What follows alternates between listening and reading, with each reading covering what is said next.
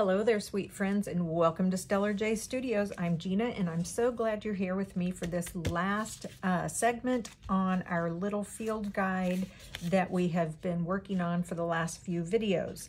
So after I left you the last time, I went and found some book pages so that I could find text and put it into my story so that my pictures and words would kind of tell a simple little story. Now, you do not have to do that. That was not my aim for my original field guides that were about science, although you could have. I know some of you guys said in the comments that you were going to make a book for each month, and you were going to record what you had done, like the highlights for that month, or you were going to make one and it was going to be for like one for each family member. Those are amazing ideas. I love them, and they got me so inspired. But for this one, I was just going to go off of the pictures that I had pulled from the book pages, and I was going to tell like a little story. So here was the story that I have. Morning was coming in the backyard. Little one said, "I am going far, far away, out to see my friends." Dudley and whomever were playing surprise, surprise. "Hop," said Tim Rabbit, "hop, hop," while Mother and Freddie Frog laughed. Little one had a fine time. "You must go home now," said Mr. Owl. "Mother will look for you." And he did. So that was my little story. Here's where I have a problem. In addition to naming this rabbit Tim, I made the bird Tim also. So I pulled off that little piece, and now I need to find a name for the bird because the raccoon is Dudley. So unfortunately, all of these pages just happen to come out of the same book. So I'm going to have to look in some different texts. So we could name the bird Sally, which I do like. Or Jane. Dudley and Jane. Ooh, I like that. We could go Susan. Ooh, Tom. Let's do Tom. Let's do Tom. And there we go. Now it's Tom. And I know it's kind of sticking out a little bit because it's not painted like that one. No worries. We'll fix it. I'm just going to grab a crayon, kind of go around it. Add a crayon here, add crayon here. So see, it kind of looks the same. If I wanted to take a little bit of paint, I could, but I think I really actually like it. I think what I'm going to do is go in with some crayon on some of these other words too, kind of make them stand out. Okay, so let's do that. I am an absolute lover of crayons, as I'm sure you guys are.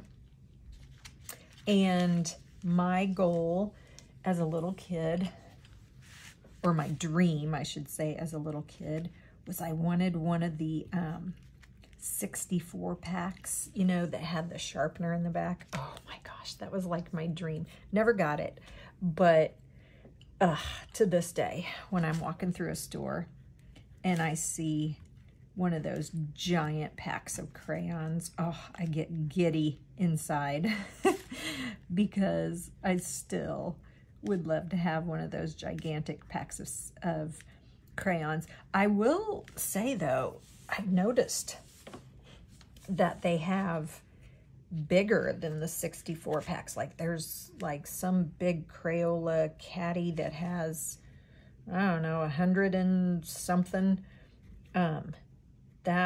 Yeah, wow, that's a lot of crayons. So I have a little bowl here. So this is my little crayon collection, and I just threw them in this little bowl. And I think they all came from different packs, and I probably mostly picked them up at the dollar store, or maybe in the crayon section, school supply section, at the beginning of the year, like at Walmart or Target, whenever school supplies go on sale because, oh man, I love school supplies. And even though I don't have any kids in school right now, I still walk through the aisle and just drool at all the paper and pencils and folders and markers. Oh, and then crayons. So I love using them, even though they're not, you know, artist crayons, and they have a lot of wax in them and not as much pigment as, you know, a higher quality crayon. To me, they still are just, they're magic. I love them. They're just magic. Okay, on this one right here, I noticed my M kind of got mushed over with some paint. So I think what I'm going to do is just go over these words. And I'm using a black marker. I probably should have gotten one that has a finer tip, but this will be okay because this is just a little fun book. And I like how the little story came together. And I think I could actually, I mean, if I was doing a little collection of these, I could make a whole bunch of these that told little woodland stories or little animal stories. Oh my gosh, wouldn't that be cute? And then you'd have your own little set or collection.